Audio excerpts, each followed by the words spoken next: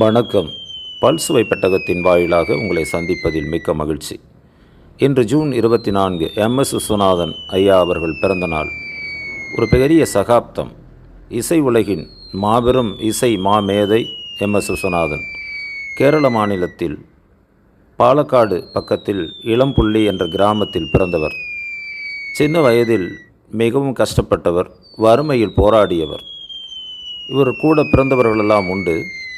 பெற்றோர்கள் 4 வயதில் இவருடைய அப்பாவை இழந்தவர், தந்தை இழந்த மகன். நினைத்து பாருங்கள், இவருடைய அம்மா தான் இவரை காப்பாற்றி பெரிய அளவுக்கு கரை சேர்த்திருக்கிறார். அதில் எந்த மாற்றம் இல்லை. சின்ன வயதில் இவர் தற்கொலை செய்து கொள்ள போயிருக்கிறார், வாழ்க்கையை வெறுத்த நிலையில். அந்த சூழலில் அவருடைய மாமா கிருஷ்ணன் என்பவர் தான் காப்பாற்றினார். அவர் காப்பாற்றவில்லை என்றால் இப்படி மாபெரும் ஒரு இசை மாமேதை நமக்கு கிடைத்திருக்க முடியாது.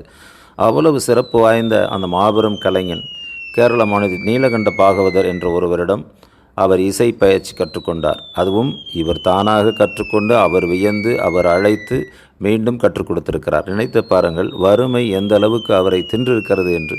ஒரு இசை மாமேதைக்கு இவ்வளவு பெரிய இக்கட்டு சிக்கல்கள் வந்தது. அதனைத் தொடர்ந்து தமிழ்நாட்டுக்கு அவர்கள் வந்திருக்கிறார்கள். தமிழ்நாட்டில் எங்கே கோயம்புத்தூரில் வந்து ஜூபிட்டர் பிக்சர்ஸ் அங்குதான் அவர் பணியில் சேர்ந்தார். அதற்கு பிறகு எம்.எஸ். விஸ்வநாதன், இது எம்.எஸ். விஸ்வநாதனுடைய போக்கே மாறிவிட்டது.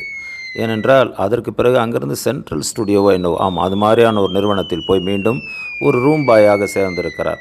அப்பொழுதுதான் எஸ்.எம். சுப்பையா நாயுடு அவருடைய குரு, அவரிடம் பணியாற்ற தொடங்கினார். அதற்கு பிறகுதான் அவருடைய வாழ்க்கையில் பல்வேறு மாற்றங்கள். அவருக்கு ரொம்ப பிடித்து போனது. பல மெட்டுக்களை இவரும் அமைத்திருக்கிறார். அதையெல்லாம் கண்டு வியந்து திட்டு வாங்கியிருக்கிறார். பல்வேறு சிக்கல்களை அவர் பெற்றிருக்கிறார். யாரும் திட்டு வாங்காமல் வாழ்க்கையில் உயர்ந்து விட முடியுமா என்றால் கிடையாது. அதற்கு பிறகு சென்னைக்கு வந்திருக்கிறார் எஸ்.எம். சுப்பையா நாயுடுவின் வாயிலாக. இங்கு அவரோடு நிறைய பணிகள் சுப்பிரமணியத்தில் மீண்டும் இசை உதவியாளராக சேர்ந்து அங்கு அவரோடு அவர் பணியாற்றிய காலங்கள். அதற்கு தான் மிகப்பெரிய மாற்றம். அந்த சுப்பராமன் அவர்கள் இடையில் இறந்து போகவும் அந்த படத்துக்கு தேவதாசன் ஒரு படம், அந்த படத்தை மீண்டும் இவர் இசை தந்திருக்கிறார். விஸ்வநாதன் ராமமூர்த்தி என்ற 2 ஜோடிகள் அங்கே இணைந்தது.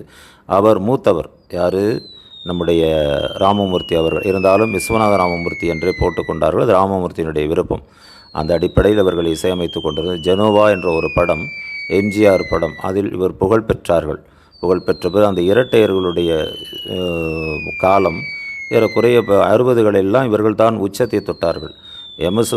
விஸ்வநாதன் ராமமூர்த்தி. அதே மாதிரி பாழும் பழம் என்ற ஒரு படம் 1961 என்று கருதுகிறேன். அப்பொழுது வந்து எம்.எஸ். விஸ்வநாதனுடைய புகழ் மிகப்பெரிய உச்சத்தை தொட்டது. விஸ்வநாத ராமமூர்த்தி, ஏன்னா அப்பொழுது இரட்டையர்கள் தான் இசையமைத்து கொண்டிருந்த காலகட்டம். அதில் பல பாடல்கள் எனக்கு அதில் என்னை யாரென்று எண்ணி எண்ணி நீ பார்க்கிறாய், இது யார் பாடும் பாடல் என்று நீ கேட்கிறாய். இந்த பாடல் மிக மிக புகழ்பெற்ற பாடல், எனக்கு மிக பிடித்த பாடல். அதில் நிறைய பாடல்கள் உண்டு. எல்லா பாடல்களும் வெற்றி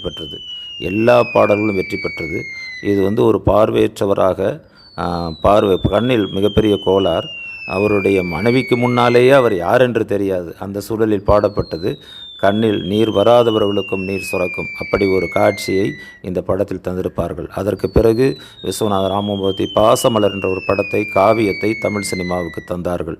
உண்மையில் அதெல்லாம் மறந்துவிட முடியாது. பல படங்கள், வெற்றி படங்களை தந்து கொண்டே இருந்தார் எம்.எஸ். விஸ்வநாதன். 1981 வரையிலும் என்று கருதுகிறேன். அதுக்கு பிறகும் இவர் இசை அமைத்தார். ஆனால் நிறைய அவருடைய காலம் என்று சொன்னால் இதையெல்லாம் குறிப்பிட முடியும். அவ்வளவு படங்களை அவர் இசையமைத்து தமிழ் சினிமாவுக்கு தந்தார். ஏறக்குறைய அவர் மட்டும், எம்.எஸ். விஸ்வநாதன் மட்டுமே 700 படத்துக்கு அதிகம் என்கிறார்கள். இருவரும் சேர்ந்து இசையமைத்த போது இவருடைய எண்ணிக்கை 1000க்கு மேலே கூடுகிறது. தெலுங்கு, மலையாளம், கன்னடம் மொழி போன்றவற்றிலும் அவர் இசையமைத்திருக்கிறார். அவ்வளவு சிறப்பு வாய்ந்தவர். எல்லோரிடத்திலையும் மிக பாசமாக பழகக்கூடியவர். கர்வம் இருக்காது அவரிடம், கர்வம் என்றைக்குமே இருக்காது. நேர்காணலாம் நான் பேசுகிற போது அவ்வளவு சிறப்பாக அவரே தனி பாடலும் பாடியிருக்கார். நிறைய பக்தி பாடல், கிருஷ்ணகானம் என்ற ஒரு இசைத்தட்டு பக்தி பாடல், அது கண்ணதாசனோடு இணைந்து அது மிகப்பெரிய புகழை பெற்றது. கவியரசு கண்ணதாசனும் இவரோடு இணைந்து நிறைய கண்ணதாசன் தான் கண்ணதாசனுடைய முதல் பாடலுக்கு இசையமைத்தவரும் எம்எஸ் விஸ்வநாதன் தான். அந்த பெருமையும் அவருக்கே உண்டு. கண்ணதாஸ் விஸ்வநாதன் ராமமூர்த்தி எந்த அளவுக்கு இருவரும் ஒரு என்ன சொல்வது நெருங்கிய நண்பர்களாகவோ அதே மாதிரி கண்ணதாசனும் நெருங்கிய நண்பராக அண்ணனாக இவரோடு இணைந்து பணியாற்று கவிஞரை பேசுகிற போதெல்லாம் அழுது விடுவார். புல்லாம் குழல் கொடுத்த மூங்கில்களே என்ற அந்த பாடலை பாடுகிற போதெல்லாம் எம்எஸ் விஸ்வநாதன் கண்ணீர் வடித்து விடுவார். அவ்வளவு சிறப்பான ஒரு என்ன சொல்வது நட்பு, உயர்ந்த நட்பு இருவருக்கும். கண்ணதாசன் பல வெற்றி படங்களை வெற்றி பாடல்களை எம்எஸ் விஸ்வநாதன் வாயிலாகவே தமிழ் சினிமாவுக்கு தந்திருக்கிறார். அவையெல்லாம் மறந்துவிட முடியாது. அவ்வளவு சிறப்பாக இவருடைய மூவர் கூட்டணி தமிழ் சினிமாவில் யாராலையும் அழித்துவிட முடியாது. வரலாற்று காவியங்கள், வரலாறு இவரை எழுதி கொள்ளும். தமிழ் சினிமா உள்ளவரை இவர்களை யாரும் நீக்கிவிட முடியாது. எம்எஸ் விஸ்வநாதன், கண்ணதாசன், ராமமூர்த்தி இவர்களெல்லாம். ஆனால் இன்று எம்எஸ் விஸ்வநாதன் பிறந்தநாள் மட்டுமல்ல, கவியரசு கண்ணதாசன் பிறந்த நாளும் இன்று தான். அவர் 24 1927ஆம் ஆண்டு பிறந்தவர். சிறுகுடல்பெட்டி என்ற மாவட்டத்தில், இன்று சிவகங்கை மாவட்டத்தை சார்ந்தது, அங்கு அவர் பிறந்தார். அதனால் ரொம்ப என்ன சொல்வது, இருவருக்கும் ஒரு ஒற்றுமை. எம்எஸ் விஸ்வநாதனுடைய பிறந்தநாளில் கூட ஒரு சர்ச்சை உண்டு, அவர் பிறந்தநாள் வேறு என்று. ஆனால் இருவரும் ஒரே நாளில் என்று எம்எஸ் விஸ்வநாதன் சொன்னதாக கூட சொல்லிக்கொள்வார்கள். ஆனால் எப்படி இருந்தாலும் இந்த நாள் இருவருக்கும் பிறந்த நாள், நமக்கெல்லாம் சிறந்த நாள். எப்படி இவர்களெல்லாம் மறந்துவிட முடியுமா? அவ்வளவு சிறப்பு வாய்ந்த இசையும் அவ்வளவு சிறப்பு வாய்ந்த பாடல்களையும் தந்த இந்த கூட்டணி ஒரே நாளில் இருவருக்கும் பிறந்தநாள் என்பதுதான் நமக்கெல்லாம் கூடுதலான மகிழ்ச்சி. அருமையான இசை மாமேதை எம்எஸ் விஸ்வநாதன் அவர்கள் பல இசையமைப்பாளர்கள் உருவாக்கியிருக்கிறார். இன்று இசை ஞானி, உலக புகழ்பெற்ற இசையமைப்பாளர், அதே மாதிரி ஏஆர் ரகுமான், இவர்களெல்லாம் நமக்கு தெரியும். அதே மாதிரி இசை ஞானி இவருடைய இசையை கேட்டு வளர்ந்தவர் தான். அதே ஏஆர் ரகுமானும் இவருடைய இசையை கேட்டு வளர்ந்தவர்கள் தான்.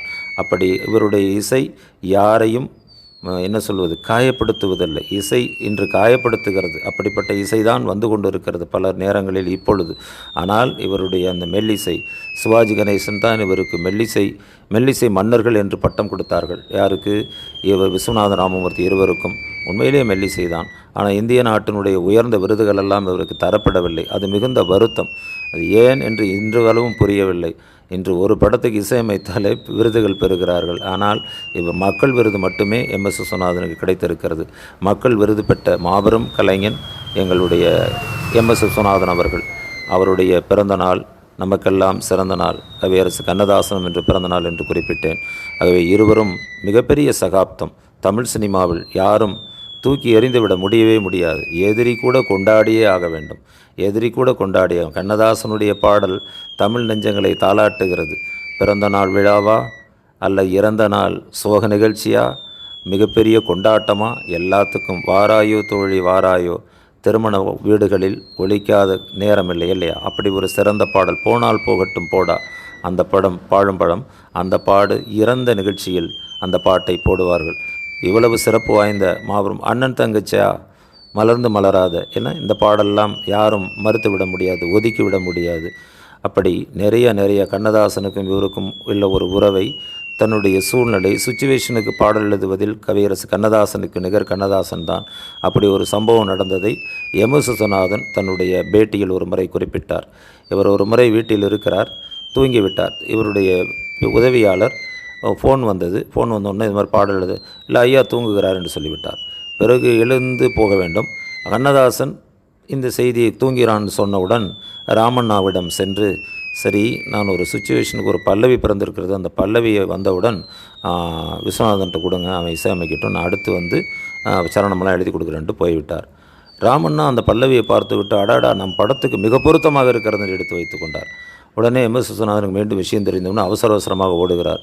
ஓடினவுடன் உடனே ராமண்ணா கூப்பிட்டு, இப்போ பாடல் பல்லவி எழுதி கொடுத்துட்டு போயிட்டார் கவிஞர், அதை நீங்கள் வந்து இசையமைக்கணும். அப்படியா, சரி கொடுங்க என்று ஆர்வத்தோடு பெற்றார்.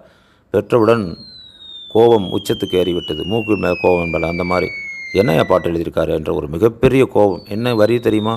அவனுக்கு என்ன தூங்கி விட்டான் அகப்பட்டவன் நான் அல்லவா. என்ன நினைத்து பாருங்கள், அங்கே நடந்த சம்பவம்.